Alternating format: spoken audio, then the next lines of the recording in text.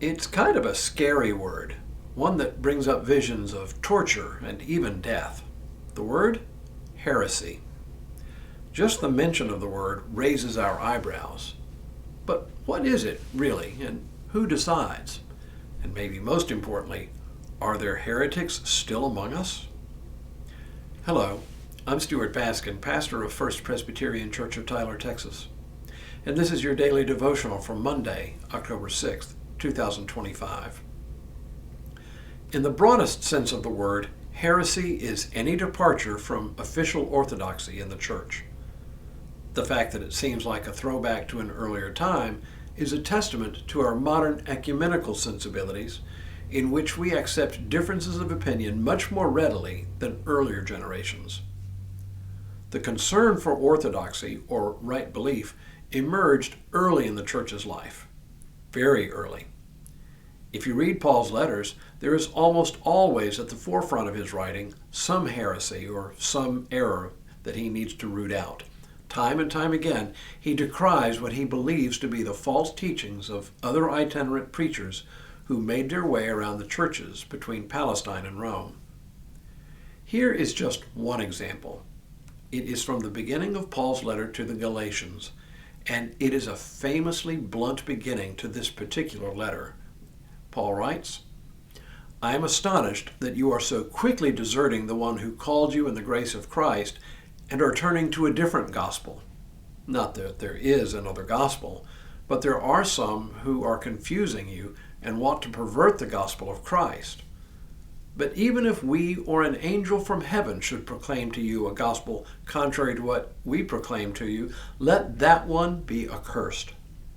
As we have said before, so now I repeat, if anyone proclaims to you a gospel contrary to what you received, let that one be accursed." For Paul, the heresy of the day tended to revolve around the question of whether Gentile converts to Christianity had to adhere to Jewish law, including circumcision for men. Paul rightly saw that the idea of salvation being through grace, as opposed to anything else we do to earn it, would be radically compromised if the church insisted on keeping Jewish law.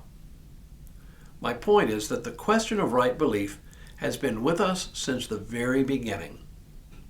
Throughout its early centuries, the church dealt with a number of controversies and declared what was orthodox and what was heretical. But here's the deal. The punishment for heresy was nothing more severe than excommunication. Some heretical groups continued on for several centuries just outside the recognized Orthodox Church, and while excommunication is serious, it's not the end of the world. But a funny thing happened in the Middle Ages. The Catholic Church began setting up courts to try heretics. Collectively, they were known as the Inquisition. The story of the Inquisition is long and involved, and what most of us think of as the Inquisition is actually only one part of it, and that a short part of it.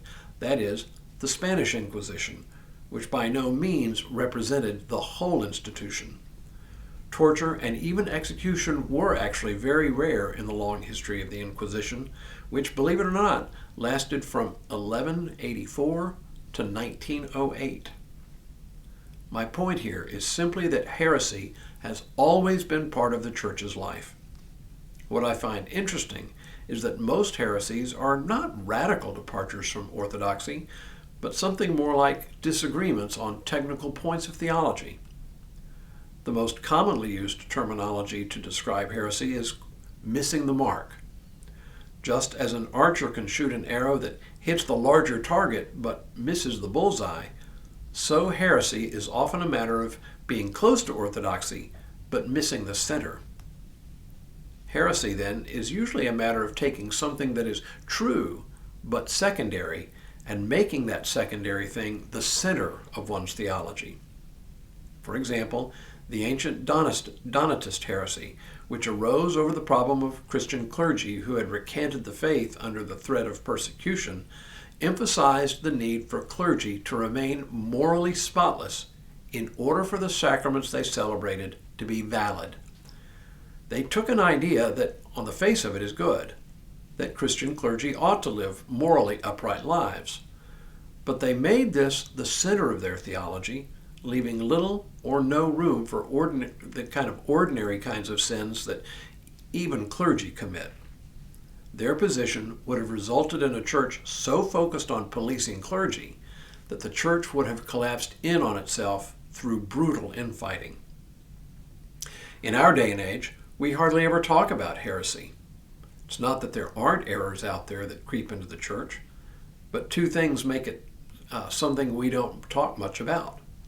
In the first place, there is no single Christian authority to enforce it or define it. Since the Reformation, Christian churches have divided and multiplied. In this environment, there is no central authority to pronounce something a heresy. And in our modern contemporary world, we've become much more tolerant of differences of opinion. But none of that means that heresies no longer exist. Are there heresies today? Absolutely. Some of them are ancient heresies, others are more modern. In fact, there are simply too many to list here. But let's just say that almost all denominations and traditions harbor or at least tend toward at least one heresy, ourselves included.